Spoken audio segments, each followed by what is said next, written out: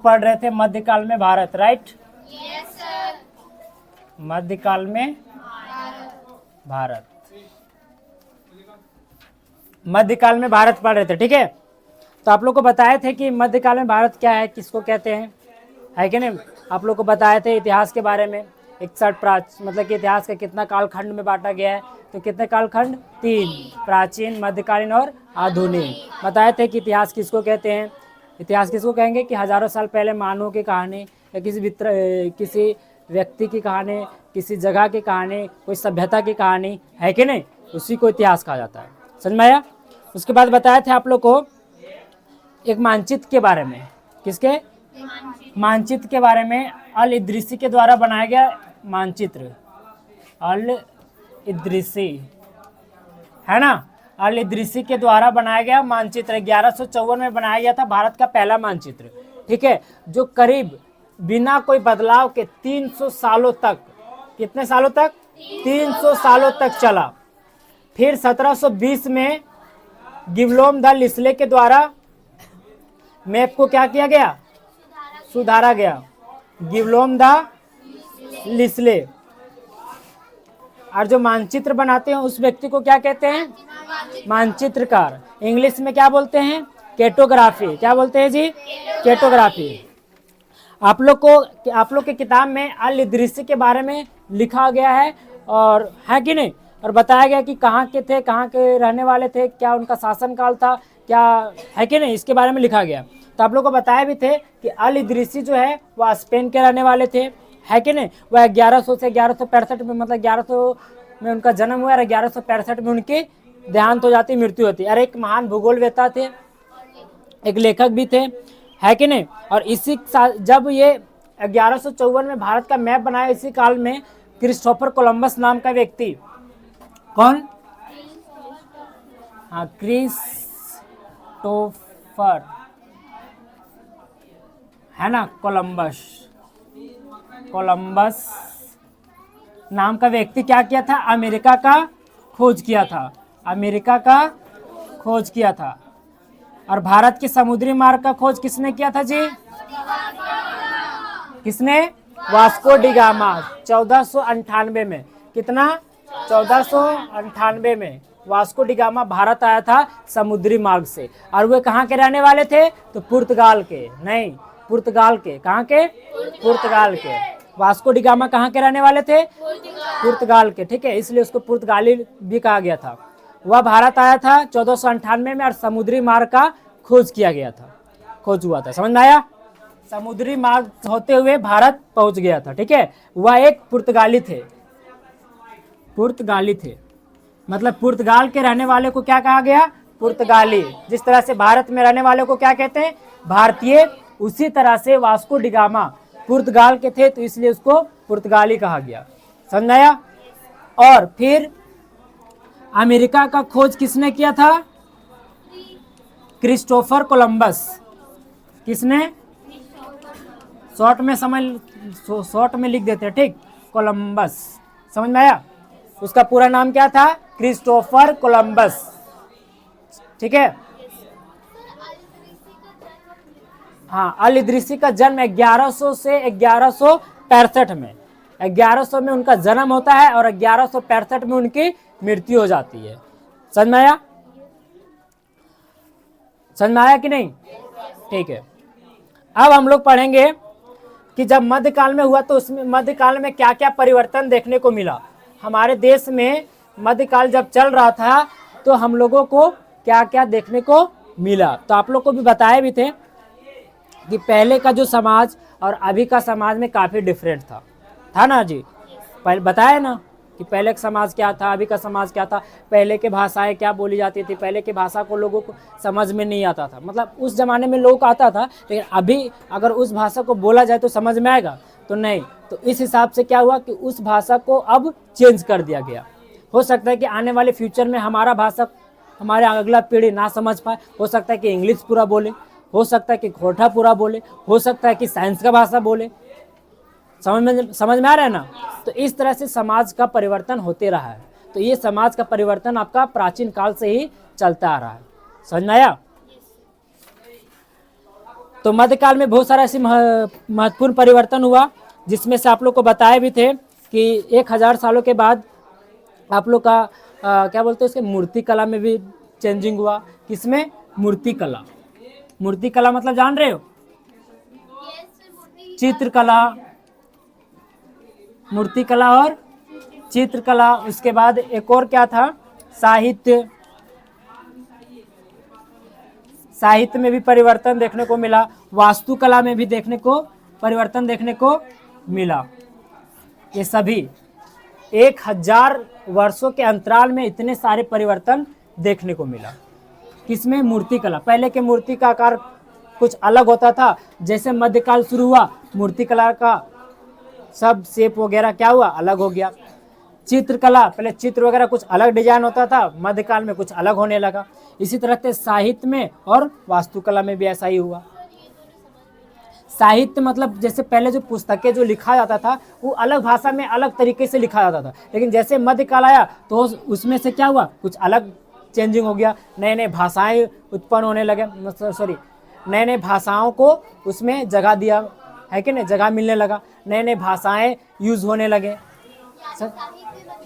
हाँ, साहित्य में भाषा ने किताब, जैसे देखो अभी हम लोग को किताब पढ़ते हैं तो अभी मान लो हिंदी पढ़ते तो हिंदी में अलग अलग भाषाएं होती है ना। उसी तरह से साहित्य होता था पहले। साहित्य मतलब जो लिखा उखा, जो किताब उताब के बारे में जो लिखते थे, कहानी वानी जो लिखते थे, तो उस समय अलग भाषा में लोग लिखते थे, लेकिन समय के साथ क्या हुआ? उस भाषा को चेंज करके उसको ट्रांसलेट करके अलग तरीके से लिखा गया। अभी जो हम लोग इतिहास पढ़ रहे हैं क्या ऐसा ही भाषा में था पहले? नहीं, उसको ट्रांसलेट किया गया। समझ आया? फिर वास्तुकला में मतलब पहले लोग घर को ना देवी देवताओं के अनुसार बनाया जाता था, समझ में? वास्तु के हिसाब से। लेकिन अब भी थोड़ा सा अलग चेंजिंग हो गया। आज भी हम लोग को वास्तु के हिसाब से घर वगैरह बनाया जाता है ना। तो इस सब में भी बहुत सारा चेंजिंग देखने को मिला, और आगे चैप्टर में जब आप लोग को हम बताएंगे तो उसमें और भी देखने को समय मिलेगा और समझ में भी आ जाएगा कि एक्चुअली में कैसे मूर्ति कला बना, पहले क्या था, चित्रकला क्या थे, साहित्य क्या था, वास्तुकला क्या था। अगले नेक्स्ट चैप्टर में समझ में आया? ये समझ में आया इतना? तो यही है भारत में मतलब कि भारत में इम्पोर्टेंट परिवर्तन। क्या है? इम्पोर्टेंट परिवर्तन। अब आता है इसमें से, उसी में से आता है प्रौद्योगिकों में बदलाव। किसमें? इंडस्ट्री में बदलाव। ठीक है। तो जब इंडस्ट्री आया तो क्या हुआ कि लोग जो थे पहले जो क्या बोलते हैं आदम जमाना में, आदि मानव जमाना में लोग स्टोन से, रॉक से, है कि नहीं, अपना काम करते थे। लेकिन जैसे ही औद्योगिक आया, औद्योगिक परिवर्तन हुआ, उसमें से लोग क्या हुआ? औजार बनाना शुरू कर दिए, लोहा का, कॉपर का, इस तरह का औजार बनाना शुरू कर दिए। उसके बाद और जैसे जैसे समय बीतता गया, आगे बढ़ता गया, लोग तोप वगैरह बनाना शुरू कर दिए, है कि नहीं, हथियार बनाना शुरू कर दिए, बारूद वगैरह बम बनाना शुरू कर दिए। समझ में आया? हाँ, तो ये सब हुआ। समझ में आया? तो यही है प्रौद्योगिक में बदला, मतलब औजार वगैरह शुरू हो गया बनना, हथियार वगैरह बनना शुरू कर दिया, है कि नहीं। उसके बाद फसल उसल भी आना इसी दौरान में, मतलब जब इंडस्ट्री का बदलाव हो रहा था तो उसी काल में कृषि में भी कुछ बदलाव हुआ, जिसमें से मक्का हो गया आपका। उसके बाद क्या था जी? आलू था, और मिर्च था, चाय था, कॉफ़ी था। ये सभी जो है वह विदेशों से लाया गया। ये विदेशज शब्द है। ये क्या है? विदेशज शब्द, मतलब विदेशों से ये सभी सामान को भारत में लाया गया, स्थापित मध्यकाल में। समझ में आया? तो कृषि में भी बदलाव देखने को मिला, और इंडस्ट्री मतलब कि ये सब हथियार वगैरह, इंडस्ट्री में भी बदलाव देखने को मिला, फैक्ट्री वगैरह में भी बदलाव, चेंजिंग देखने को मिला। उसके बाद इसमें मूर्ति कला, चित्रकला, साहित्य, वास्तुकला, ये सब में भी बदलाव देखने को मिला, और इसका बदलाव आगे वाले चैप्टर में और बारीकी से जानेंगे। समझ में आया बात? पक्का? चलिए, अब आता है, अब इसके बाद और क्या क्या चेंज हुआ? तो समाज में भी परिवर्तन हुआ। बताए थे आप लोग को कि नए समाज में परिवर्तन हुआ। तो पहला समाज कौन था आया था? तो राजपूत नाम का एक समाज आया था, समुदाय। कौन समुदाय आया था? राजपूत। पहला समुदाय था, माना जाता है राजपूत समुदाय। राजपूत समुदाय, हाँ, सबसे पहला मध्यकाल में जो सबसे पहला समाज का आया गया तो ये राजपूत ही था। राजपूत राजपूत का मतलब होता था राजा का पुत्र। राजा का पुत्र को क्या कहते थे लोग? राजपूत। समझ में आया? तो ये पहला समुदाय था मध्यकाल में आने वाला। ठीक है, जब चेंजिंग हो रहा था तभी ये समुदाय आया था। और ये समुदाय आने के बाद ये समुदाय को किस वर्ण में रखा गया? तो क्षत्रिय वर्ण में रखा गया। कौन सा वर्ण में?